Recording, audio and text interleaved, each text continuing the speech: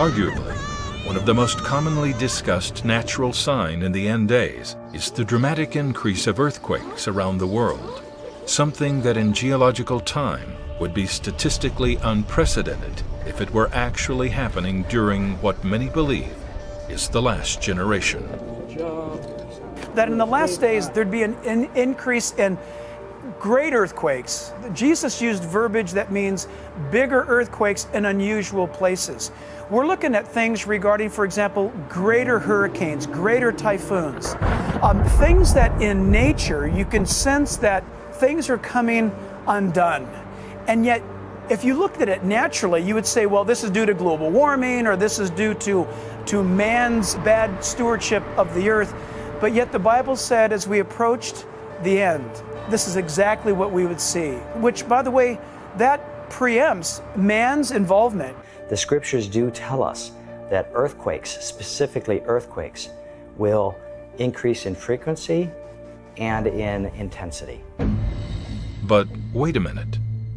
Hasn't the U.S. Geological Survey, or USGS, gone on record to state that this is not occurring, that no such increase in earthquakes have been detected around the world? Because this is such a debated topic, the USGS gave a press release saying that this was not occurring. As a result, we actually decided to take the USGS data, millions of data points, spent months downloading it, analyzing it, graphing it, studying it. The results were absolutely terrifying. Despite what you may have heard in the past, this is the compiled data from the USGS from over the last 100 years.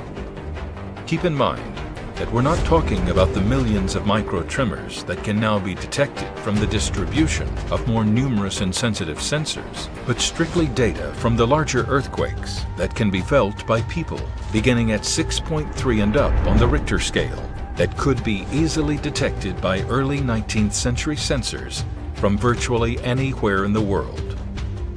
This data shows what the USGS and other organizations do not want you to see. It shows that the earthquakes are increasing in intensity and they are increasing in frequency. This is exactly the description that was prophesied. And Jesus answered and said unto them, Take heed that no man deceive you. For many shall come in my name, saying, I am Christ, and shall deceive many. And ye shall hear of wars and rumors of wars. See that ye be not troubled. For all these things must come to pass, but the end is not yet. For nation shall rise against nation, and kingdom against kingdom, and there shall be famines and pestilences and earthquakes in divers places. All these are the beginning of sorrows. Then shall they deliver you up to be afflicted, and shall kill you, and ye shall be hated of all nations for my name's sake. And then shall many be offended, and shall betray one another, and shall hate one another.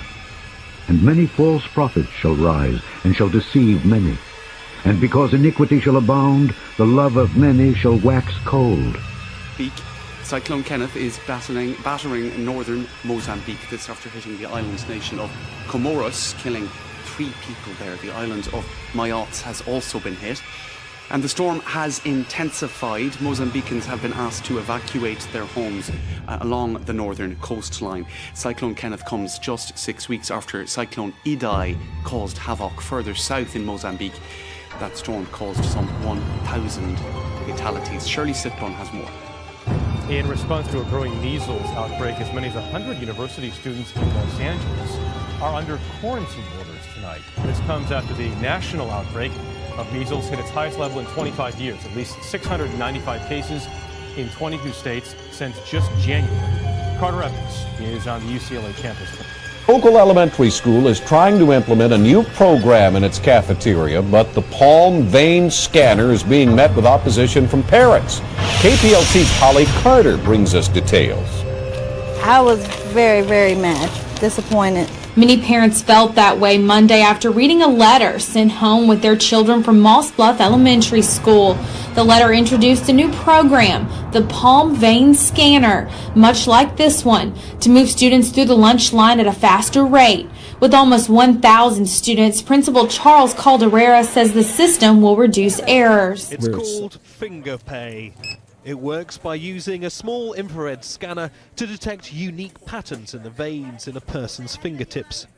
The information is then linked to a customer's bank details. It's being used for the first time in this supermarket at Brunel University in West London, where large numbers of students are eagerly registering their details. If there's an easier method of paying and it can reduce queue times and can speed things up, and I'm not having to wait at ATM machines, or I'm not having to rely on having to carry my wallet and my bag and my cash, then that's a win-win from both a student perspective but also from a university perspective. Today, we authenticate our payments by entering a PIN into the terminal. Tomorrow, we will authenticate the payment by our biometrics, in this case, my facial biometrics. Let me show you how it works. I will now make a payment for €8. I enter the card into the terminal. The terminal now takes a photo of me. I look into the camera, and payment is done. The photo that was taken by the camera was sent to the chip. It was matched to the biometric template that is stored on the chip. The matching was successful, so the card told the terminal, go ahead with the payment, and it's done. Apple Pay is an amazing new way to make convenient and secure payments on your iPhone.